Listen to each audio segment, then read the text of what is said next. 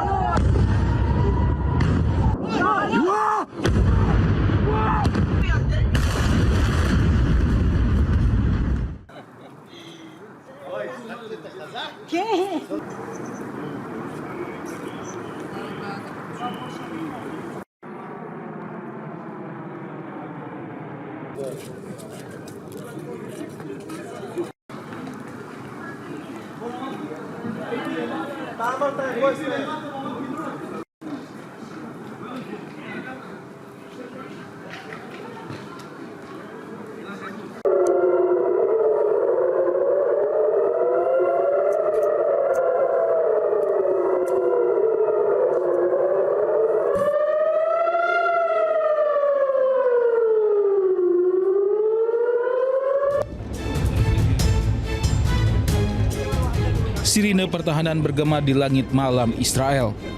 Rudal-rudal dari Iran dan Hezbollah menghujani Israel setelah berhasil menembus pertahanan Iron Dome Israel.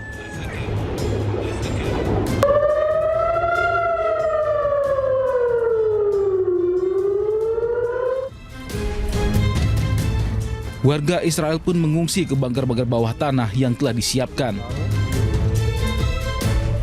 Saat ini Israel telah bersiap menghadapi serangan balasan dari Iran dan Hezbollah. Sejumlah rumah sakit pun mulai mengevakuasi pasiennya ke bawah tanah.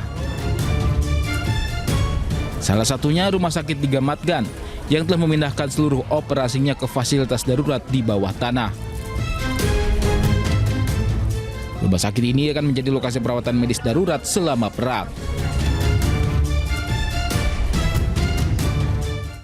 Ya, di embargo puluhan tahun, Iran tidak kehilangan giginya di kawasan Teluk. Selama 5 hari perang berkecamuk, rudal Iran mampu menghancurkan target jarak jauh dengan akurasi tinggi. Bahkan salah satunya merupakan rudal terkuat di kawasan Teluk Arab.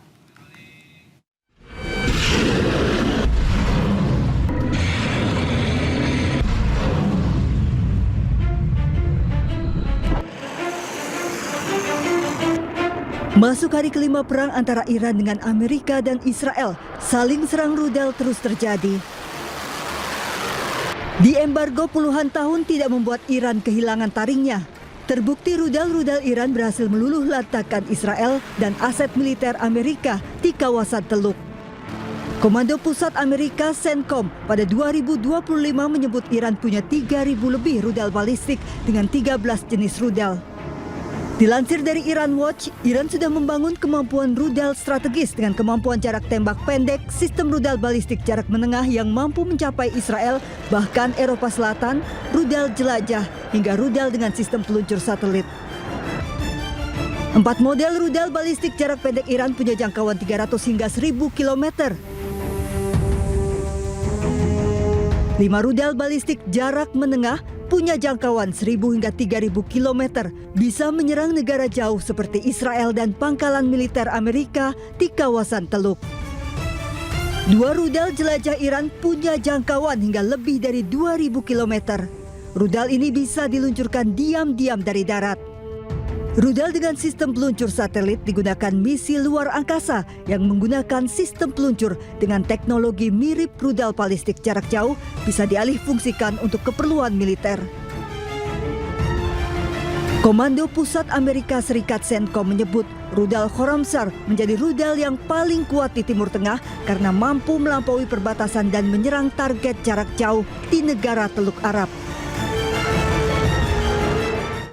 Ya, untuk membahas konflik di Amerika Serikat Israel dengan Iran yang kian memanas dan dampaknya terhadap keamanan serta ekonomi global, kita bergabung bersama pengamat Timur Tengah, ada Ibu Dina Sulaiman. Selamat siang Ibu Dina, apa kabar?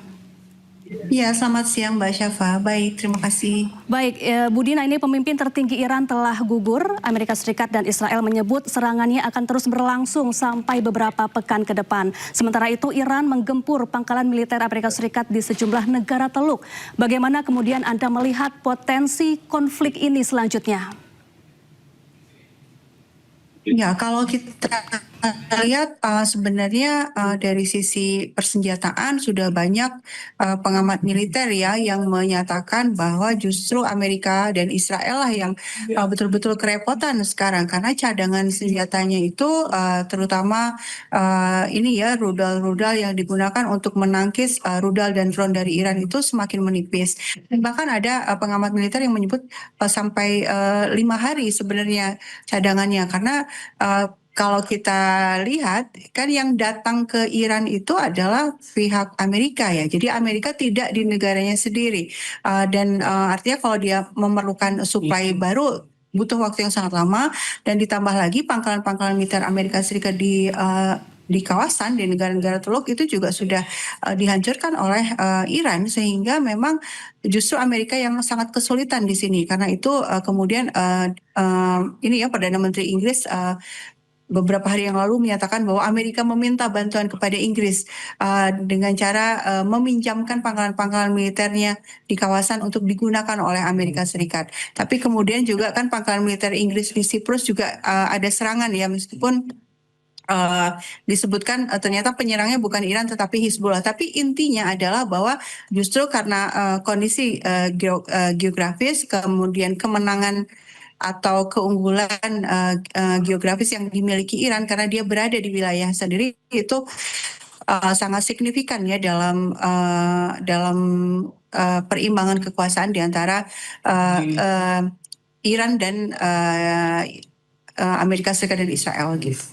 Baik, jadi artinya setelah pangkalan militer Amerika Serikat di negara-negara Timur Tengah diserang Iran, kemudian Amerika tidak mendapat dukungan dari negara-negara Eropa, maka ke depan Amerika Serikat akan kesulitan begitu untuk melancarkan serangan berikutnya, Bu Dina.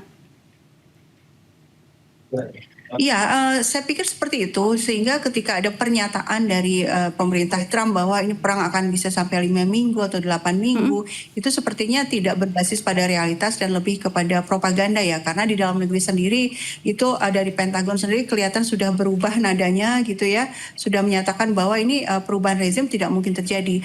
Nah, kenapa ini penting? Karena memang yang disebut kemenangan dalam perang itu biasanya dilihat dari tercapai atau tidak tujuan yang di awal perang ya.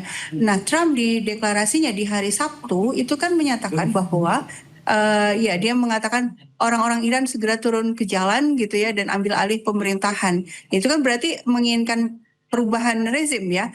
Sementara kalau untuk urusan nuklir itu kan sebenarnya sedang negosiasi. Jadi nuklir bukan penyebab dari serangan ini sebenarnya, karena pihak Iran sendiri mau untuk bernegosiasi soal nuklir dan masih berlangsung padahal perundingan itu di Jenewa. Sehingga ketika sudah jelas yang diinginkan oleh Amerika Serikat dan Israel adalah perubahan rezim dan ternyata tidak terjadi, meskipun sejak di hari pertama, sejak serangan pertama mereka kan membunuh pemimpin tertinggi Iran ya, Ayatollah Khamenei. Mereka berharap dengan dibunuhnya pemimpin tertinggi, situasi chaos, kemudian terjadi penggulingan rezim. Ternyata itu tidak terjadi. Sehingga dalam situasi seperti ini, kalau Trump berkeras memperpanjang perang, tidak juga mau menghentikan serangan, ya situasi akan sangat berat. Dari sisi cost itu besar sekali. Dalam 4 hari saja, 4 hari pertama itu sudah ada laporan bahwa lebih dari 2 miliar US dollar yang habis dari pihak Amerika ya. Jadi costnya itu besar sekali karena memang persenjataan, misil atau rudalnya Amerika itu biayanya sangat besar. Harganya sangat mahal dibanding dengan rudal dan drone buatan Iran yang dibuat secara mandiri itu jauh lebih murah. Sehingga kalau buat Iran nafasnya bisa panjang, tapi kalau buat Amerika Serikat karena sisi cost ini memang diragukan. Apalagi ekonomi Amerika juga sedang mengalami penurunan. Belum lagi kita bicara soal tekanan ekonomi akibat ditutupnya Selat Hormuz. Ini juga pasti akan membuat negara-negara sekutu Amerika Serikat sendiri termasuk juga Eropa yang terancam dengan penutupan Selat Hormuz ini karena akan mengganggu suplai bahan bakar ke mereka, tentu tekanannya akan semakin besar. Dan juga belum lagi tekanan di dalam negeri ya, karena hanya dalam salah satu polling itu disebutkan hanya 18% rakyat Amerika Serikat yang mendukung serangan Trump ke Iran. Saya pikir dengan banyak variabel seperti ini, ya Amerika tidak bisa melanjutkan perang sampai lama gitu ya. Pilihannya adalah ya dia mencari cara untuk gimana menghentikan perang tapi dengan tidak kehilangan muka. Baik, kemudian kalau menurut Anda Bu Dina, bagaimana kemungkinan sikap negara-negara Teluk pasca Iran menyerang pangkalan militer Amerika Serikat di negara-negara Timur Tengah? Ya sebenarnya kalau dari dalam negara Teluk sendiri ya itu sudah banyak pengamat dari dalam mereka gitu, belum secara resmi dari pihak pemerintah. Itu sudah sudah concern ya, sudah sangat prihatin dengan situasi ini karena terlihat sekali itu pangkalan militernya Amerika Serikat ternyata justru merugikan mereka. Pangkalan militer itu dibangun di tanah mereka itu dengan tujuan atau dengan janji bahwa pangkalan militer itu akan melindungi keamanan negara-negara Teluk ini.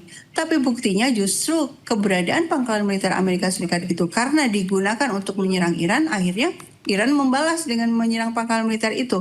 Meskipun yang diserang adalah pangkalan militer, tapi persepsi keamanan global itu sudah hancur ya. Jadi negara-negara atau para investor sekarang sudah tidak berani lagi untuk berinvestasi di negara Teluk ini. Padahal negara Teluk ini kan dikenal atau citranya selama ini adalah negara yang aman untuk investasi, aman untuk pariwisata. Turis-turis juga sekarang akan berpikir ulang kalau mau berwisata ke Dubai misalnya.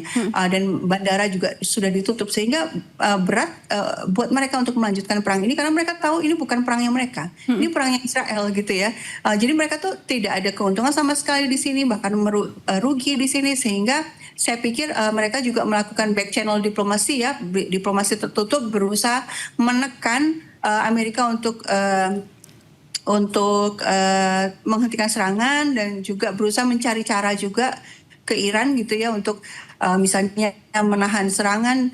Ya intinya mereka melakukan upaya-upaya ya supaya tidak berlangsung lebih lama lagi.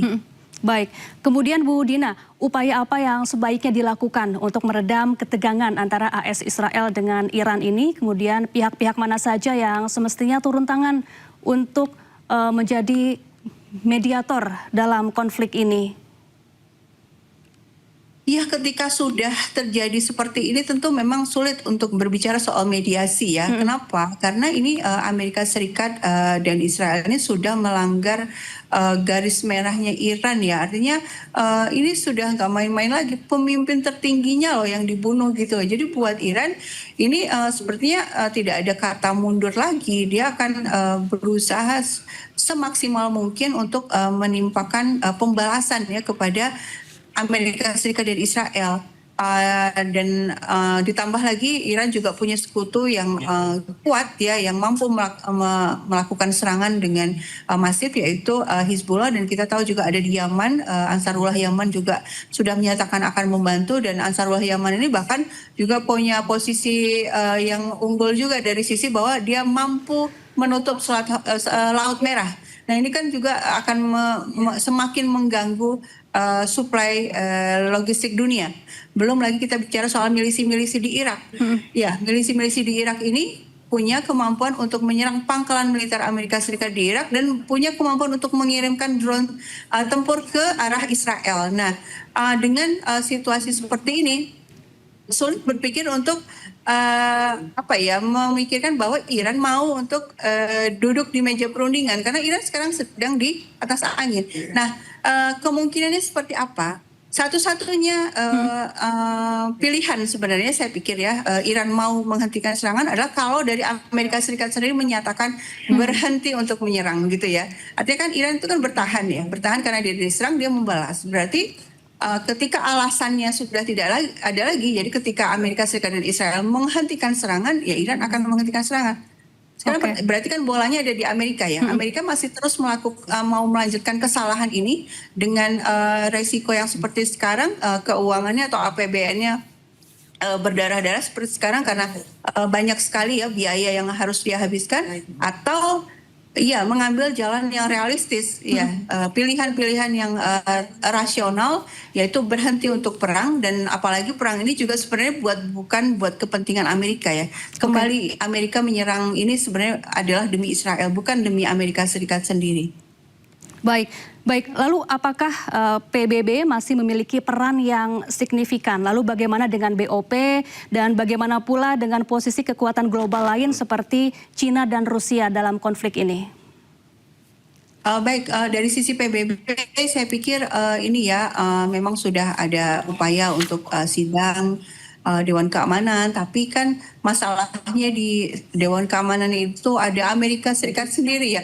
Amerika Serikat yang menjadi agresor, dan dia ada di dalam Dewan Keamanan, tentu dia akan memveto keputusan-keputusan yang ia anggap merugikan kepentingannya gitu ya, sehingga sulit untuk berharap pada PBB. Tapi bukan berarti PBB tidak ini ya, artinya bukan berarti PBB ditinggalkan begitu saja. Saya pikir negara-negara perlu tetap mempertahankan forum PBB ini untuk menggalang dukungan semaksimal mungkin kepada Iran sebagai korban dari agresi, dan menekan Amerika Serikat dan Israel yang melakukan agresi sebagai agresor ini.